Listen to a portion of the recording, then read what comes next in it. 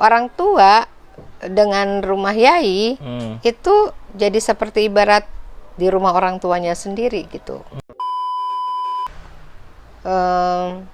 Terlalu banyak ya Bang kebaikan yai yang bisa diceritain gitu ya. Dan alhamdulillah mungkin itulah amal jariah yai yang sampai hari ini terus mengalir sehingga Abata tetap eksis sampai hari ini. Kita kan kalau Azam lihat kan sekolah Abata sama rumahnya Nyai itu kan sebelah-sebelahan persis. Nah, kalau yang kita lihat itu ada nggak sih pengaruhnya gitu? Berarti keluarga yayasan yang mungkin di sekolah lain mungkin nggak terjangkau gitu ya. Ini sebelah-sebelahan. Nah, itu apa ada pengaruhnya antara keakraban dengan orang tua murid atau jadi konflik tersendiri atau gimana sih? Sebenarnya sih dua-duanya bisa aja Bang. Okay. Ada ininya, ada peluangnya ya? Gitu. Cuman alhamdulillahnya lebih banyak positifnya. Kalau kita lihat ya, banyak positifnya, terutama yaitu keinginan yai ketika melihat tumbuh kembangnya, pesatnya proses sekolah gitu kan ya. Lalu kemudian namanya orang tua ya, senang anak-anak, jadi suara anak-anak, aktivitas anak-anak yang seru gitu kan, guru-guru yang nyambut anak-anak itu sangat bisa dilihat yai dan nyai secara langsung setiap pagi gitu ya. Nah itu adalah kita menganggap sebuah kebahagiaan tersendiri gitu.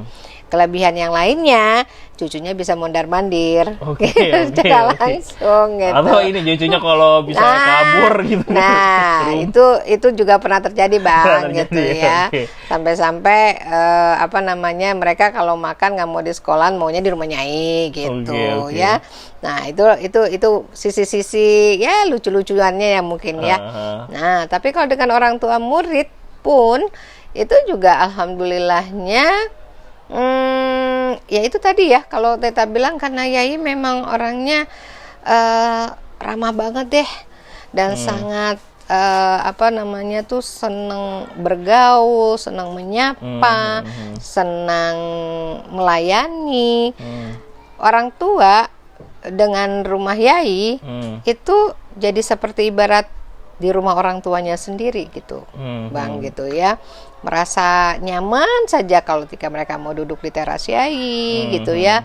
Bahkan sampai pada tingkat kalau mereka lagi nunggu anak-anaknya mau makan bareng-bareng tuh, ada satu orang yang beli makanan, entah beli rujak atau apa, minjem piringnya ya di rumah yai gitu. Minjem rumah yai, terus ntar kalau mereka sampai pada gilirannya keakraban dan kekompakan orang tua itu udah kayak keluarga juga gitu ya.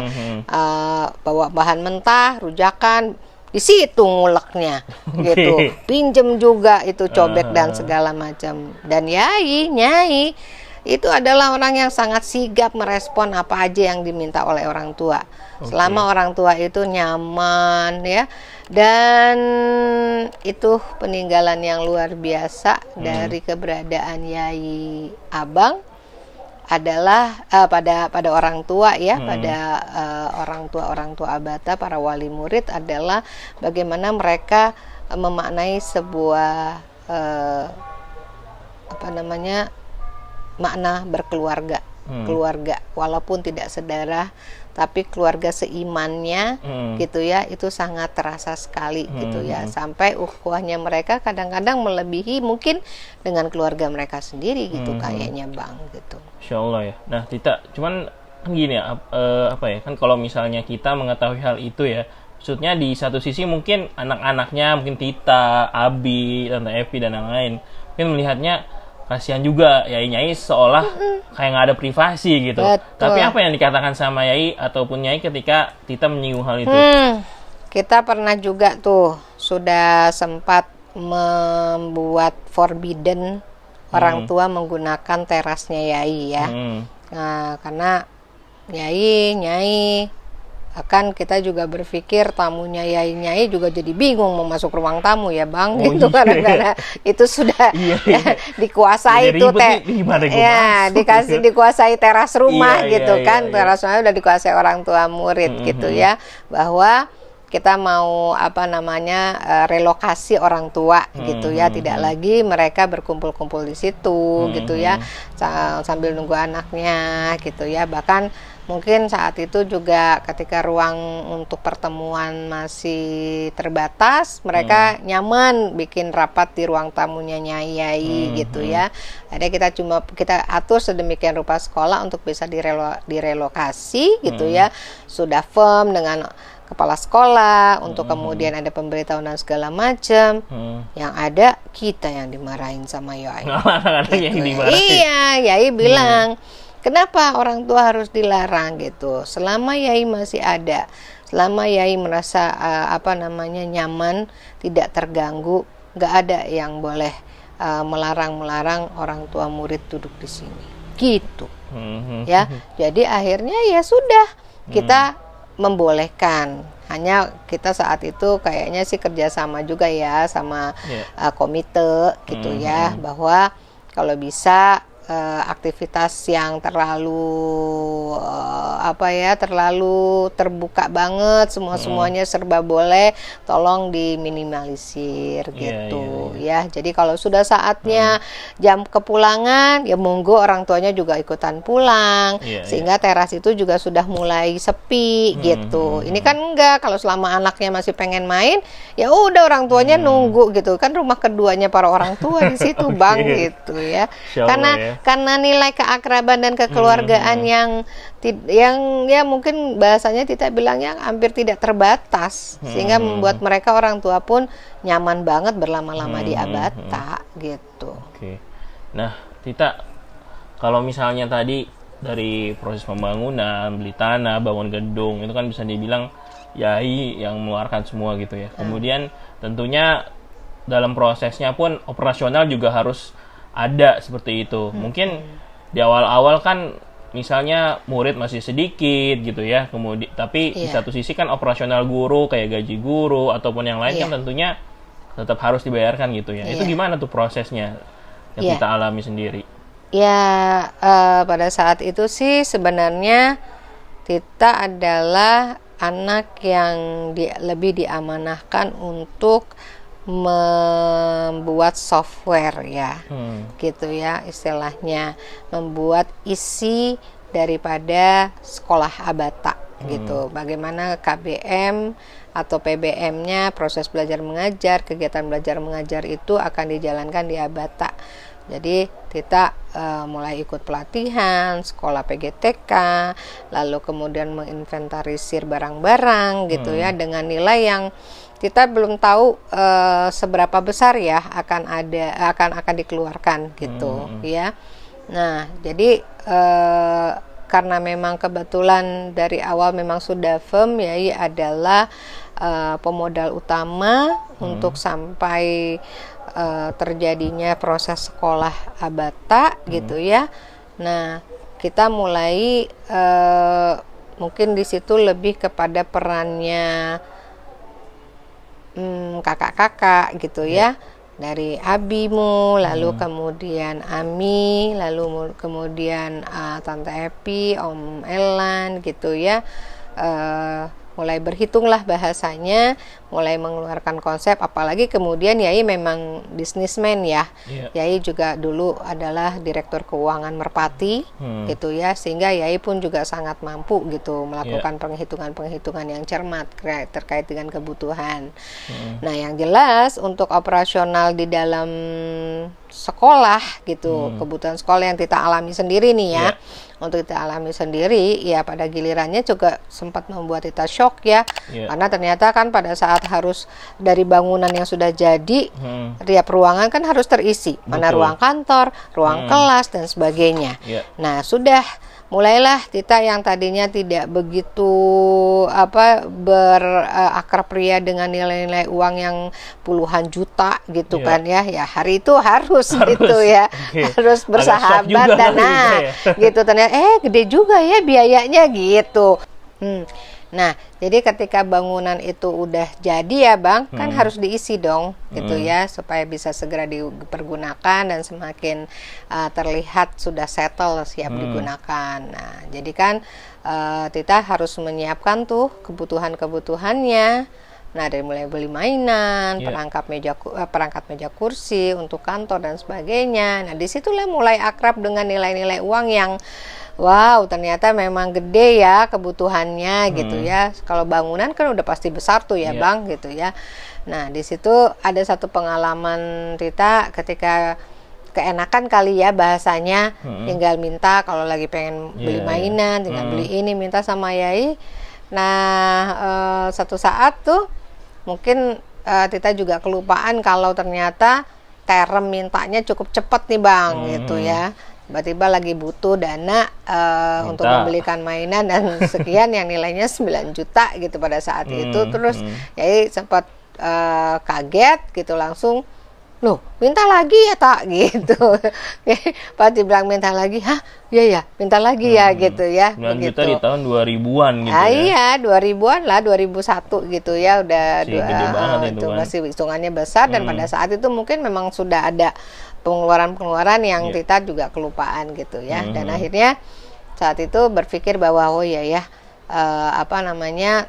idealita harus sedikit diturunin nih grade-nya gitu ya. Ideal untuk men-setting sekolah ini agak sedikit turunkan sehingga pengeluaran juga tidak terlalu jor-jor banget gitu ya. Dan kemudian ya alhamdulillah kita juga belajar dan mengobservasi beberapa sekolah yang ternyata KBM yang menarik itu juga nggak selalu harus barang-barang yang bagus, ready gitu ya.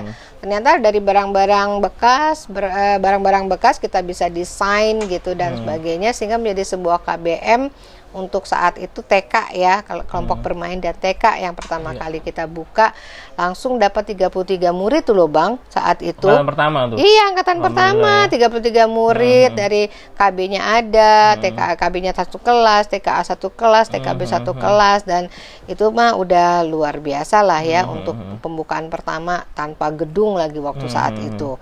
Ya, jadi kita cuman meyakinkan orang tua bahwa sekolah Abata dengan konsep pendidikan Islam yang berkualitas gitu ya, dan insya Allah fasilitasnya pun sedang saat ini dirintis gitu dan memberikan yang terbaik lah gitu ya. Nah itu akhirnya proses KBM bisa kita coba buat dengan ekonomis gitu ya, tapi bermakna pembelajaran gitu dan sebagainya. Alhamdulillah lah di situ akhirnya nikmatnya mengelola sebuah proses pendidikan dengan tidak terlalu cemas ya, harus pengeluaran yang sangat banyak dan sebagainya gitu. Okay. Alhamdulillah ya. Kemudian Tita sempat cerita ke Azam kalau nggak cuma satu, tapi ada beberapa orang tua yang sampai menyekolahkan anaknya itu semuanya, bahkan ada Tita bilang ada 7 anak di Abata semua. Betul. Dari Tita sendiri bagaimana memaknai hal itu Tita? Iya, pastinya gini loh, ketika Tita saja dari awal, misalnya Tita cerita sedikit deh ya, ketika kemudian Tita harus memulai membuka pendaftaran, kita kan butuh guru gitu ya, butuh tim gitu ya. Akhirnya alhamdulillah waktu saat itu udah di PGTK, Tita bawa tuh ada 2 temen yang di PGTK, Tita ajak untuk bisa bergabung gitu ya untuk merintis sekolah Abata. Ada Bu Upi, ada Bu Cici waktu saat itu ya. Lalu kemudian ada teman sepengajian, ada Bu Ella, lalu kemudian ada temannya Tante Ena, Bu Anti. Udah akhirnya kita berempat tuh. Ya kita berempat, kita siapkan semua peralatan atau kebutuhan pendaftaran deh tuh ya. Nah artinya dengan keadaan seperti itu lalu dapat 33 murid Bang, itu luar biasa gitu ya, luar biasa. Dan 1 tahun pertama, lalu kedua, itu orang tua pada gilirannya tuh menitipkan adiknya, menitipkan keponakannya dan sebagainya, sehingga tahun pertama, tahun kedua, tahun ketiga, tahun keempat saat itu tuh murid bertambah terus gitu. Murid naik ada terus ya. Ya sampai pada gilirannya orang tua yang dari mulai KB gitu ya, baru punya anak 2, lalu masukin TK, lalu masukin ke SD. hamil tuh, hamil gitu kan ya Bang ya. 7 anak semua lulusannya Abata. Masya Allah, gitu. Lulusan Abata. Terus punya teman dalam pengajian juga yang tadinya tinggal di Serengseng baru punya anak 2. Terus ketika anaknya yang ketiga dia pindah ke wilayah Tangerang Karangtengah, itu pun tetap dia sekolah di Abata Bang. Jadi sampai kemudian anaknya keempat semua harus selesai di sekolah Abata. Jadi rata-rata tuh mungkin kalau ada orang tua yang memang malah kebanyakan ya menurut Tita ya menyekolahkan dari KB itu pokoknya 9 tahun betah deh Bang. 3 tahun di TK, 6 tahun di SD kan, 9 tahun selalu bersama. Dan sampai hari ini, subhanallahnya, orang tua alma mater itu selalu menjaga kekompakan dengan membuat grup-grup angkatan. Nah, itu berkahnya juga Bang gitu ya. Jadi kita promosi sekolah Abata sebagai sekolah Islam terpadu Abata, sekolah Islam terpadu pertama di wilayah Jakarta Barat. Itu sampai hari ini pun sangat terbantukan dengan para penikmat pendidikan Abata, yaitu orang tua murid gitu loh ya, yang selalu mempromosikan dan memasukkan keluarganya ke sekolah Abata. Gitu. Alhamdulillah. Oke Tita, kita sepertinya udah sampai di penghujung podcast ini. Nah, kalau tadi Tita sempat sebutkan Abata sudah meluluskan 20 angkatan TK, kemudian 14 angkatan SD. And then what's next nih untuk Abata? Saat ini kalau salah Abata juga sedang menyiapkan SMP ya, walaupun namanya bukan Abata gitu ya. Mungkin gimana Tita what's next-nya nih? Pastinya sampai hari ini dengan sudah berkembang ya sampai kemudian nama SIT Abata pun juga sudah mengalami produk baru gitu ya, dengan menggunakan kata Islamic School Abata ya, dengan harapan pendidikan yang saat ini disajikan pun memiliki spesifikasi gitu ya. Dan alhamdulillah atas izin Allah juga akhirnya Abata juga bisa meningkatkan level pendidikannya ke SMP gitu ya. SMP hari ini dinamakan SMP Leaders gitu ya, dengan nama Khalid bin Walid gitu ya, dengan konsep bahwa sekolah SMP Abata gitu akan melahirkan para pemimpin-pemimpin sekelasnya Khalid bin Walid. Leaders ya, kalau salah. Leadership Islamic School gitu ya. Jadi dari kata leaders itulah ya. Walaupun tidak menggunakan kata Abata, insya Allah mudah-mudahan memberikan warna tersendiri ya, bahwa generasi Abata yang masuk ke SMP ini pun akan menjadi generasi tangguh ke depan. Amin, gitu amin. Ya. Harapannya adalah setelah SMP tentunya bisa membuat SMA Bang. Sebagaimana harapan Yai ingin bahwa Abata menjadi sekolah yang sampai meluluskan perguruan tinggi. Mudah-mudahan generasi keduanya Abacu ya, ayah bunda anak cucu cikal umat ya, bisa meneruskan harapan Yai, bisa meneruskan apa yang sudah diperjuangkan oleh orang tuanya yang saat ini masih mengelola sekolah Abata gitu. Insya Allah ya, mudah-mudahan sehingga nanti anak cucu cicit-cicitnya Yai pun akan menikmati pendidikan yang luar biasa ini dari Abata. Insya Allah seperti itu Bang. Kita sama-sama mendoakan ya supaya peninggalan Yai ini, warisan Yai ini adalah sebuah amal jariah yang tidak akan pernah terputus dan terhenti. Gitu. Amin. Oke Tita, mungkin sekian dulu obrolan kita hari ini. Oke, semoga Bang. mungkin di kesempatan lain kita bisa berbincang-bincang kembali di podcast selanjutnya. Amin. Kita juga senang loh ya, udah bisa diundang sama Abang berbicara di sini dan ngobrol-ngobrol santai. Baik, terima kasih Tita. Oke guys, demikian obrolan gue dengan Ibu Ita. Sampai ketemu di podcast gue selanjutnya. Bye.